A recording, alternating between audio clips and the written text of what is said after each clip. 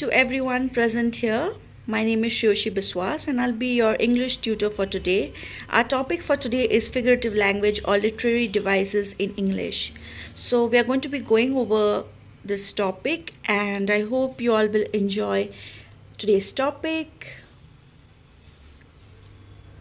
Okay, so why should we use figurative language and why not any other type of language? Well, figurative language, it helps us to enhance our meaning and it helps us to put out our imagination in front of our spectators, our audience, and we allow engagement to our audience, that those who are watching us. So also, what is the purpose? The purpose is we get to explore the examples of figurative language, such as metaphors, similes, personification, hyperbole, and many others. So the purpose is to also create some kind of environment that is not mundane and that is not getting monotonous, rather something that is bringing a lot of enlightenment, fun, and brightness in the language sphere. So, benefits. So, what are the benefits? It helps us improve our communication skills because we get to get on the creative side and show our creative expression as well. So, in this way, our communication skills are enhanced and we get to show our literary skills as well. So, what is the goal of this language, figurative language? Well, the goal is how figurative language will shape our perception and people will take us seriously, and because it's adding a lot of depth to the language, so that's the goal.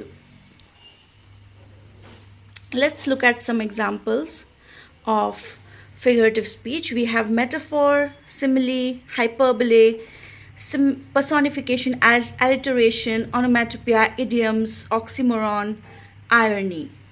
All right, so we'll be going over these examples for today. So mostly we'll try our best to cover all the topics, but if time does not permit, then we have to skip a few and we'll cover that in the next session. So, what is a metaphor? So everybody is very curious as to what is a metaphor. Metaphor is a figure of speech that directly compares two unlike things by stating one is the other without using words like or as. So, for example, we will omit using words like and as. All right, and what is the example here? Time is a thief. Now we cannot literally say that that time is a thief, because this metaphor suggests that time steals moments from lives, just as thief would steal any valuable things from our lives, highlighting the fleeting nature of time. So another example I could give you is when you are extremely hungry, you can say that I could eat a horse. It means that I'm extremely hungry. All right, so this place is a zoo. You are just trying to say that this place is a chaotic place, just like my house is a zoo. So my house is a zoo doesn't really mean that it is a zoo. It just means that it's very chaotic and unruly. All right, so we will go over the next example, that is simile. So what is a simile? Here we will use words like and as. Okay, so this is a figure of speech where you use words like and as. So her smile was as bright as the sun. So we are not saying that her smile was literally a sun. This simile compares the brightness of a smile to the brightness of the sun. It is putting a lot of emphasis on its radiance and warmth. So We could say another thing. I'll give you another example. She ran as fast as a cheetah in the race, which means she ran extremely fast in the race. Or Ron is always as busy as a bee, which means that he's always active, he's busy, he's always up to something or the other. The lesson was as clear as a crystal, meaning the lesson was very easy to understand or comprehend. Okay, so we will go to the next example, that is the personification. So, what is a personification? It is a figure of speech where we give human characteristics to non human objects, animals, or ideas.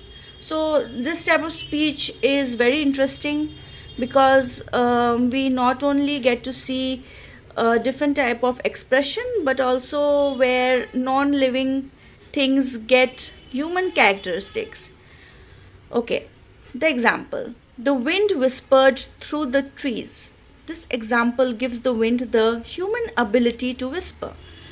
Okay, the wind is not really whispering, but we are giving it a human quality because human quality is that we whisper. So it's just getting a human quality. And it's creating an image on the mind of a reader of a gentle, soothing breeze moving through the trees. Alright, so what do we do about personification? Okay, we can also say, oh, the sun smiled at us. The sun has been given the human quality of smiling. The stove heated up like it was angry. So the stove is given the human quality of anger. So these are a few examples, and let's go over this. We have the next topic here, that is hyperbole. It is a figure of speech that involves over exaggerated statements or claims not meant to be taken literally.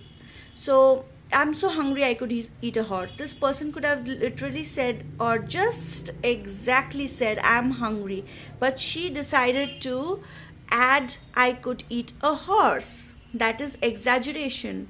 She's putting emphasis on the exaggeration.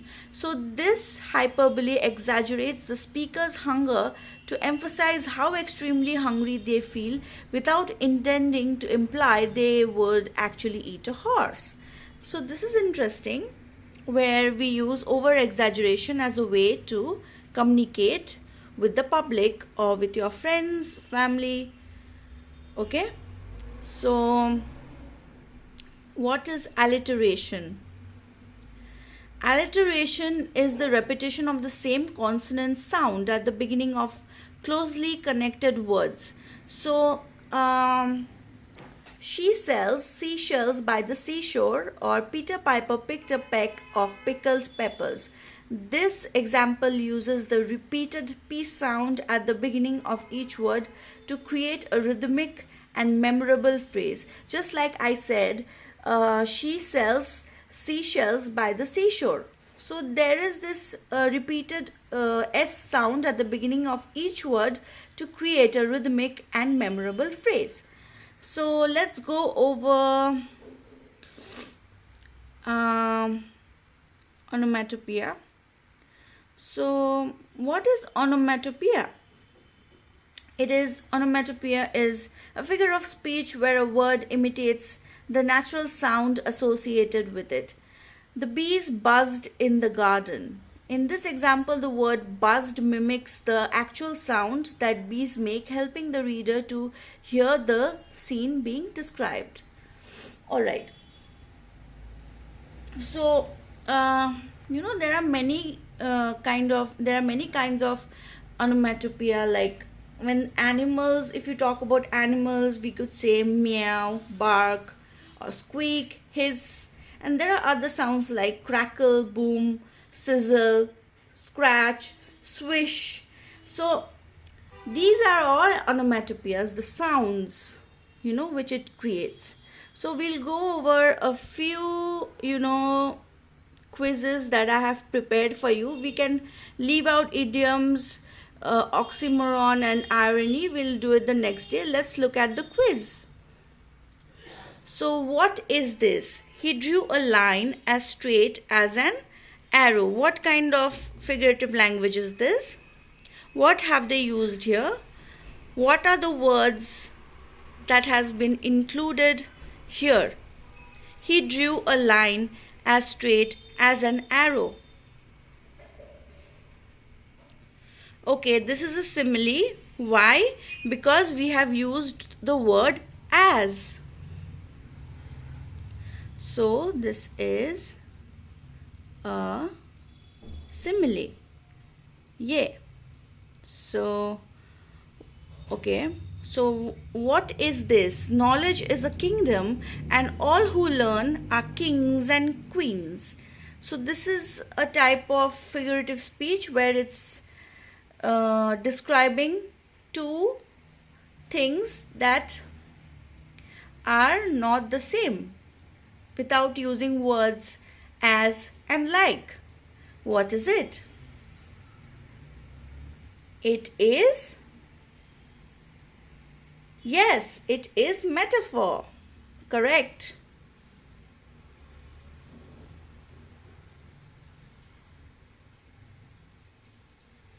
Okay. So the sun was beating down on me. So we have given, I'll give you a hint. We have given human characteristics to a non-human. So what is it? It is personification. Well done.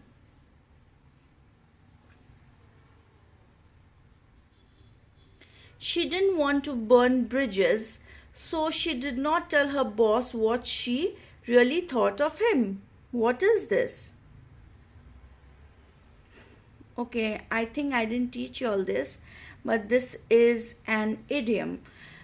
Okay, so this was today's class. I hope you all enjoyed, and we will go over idioms, oxymoron in the next session. Thank you. I hope you all loved today's class.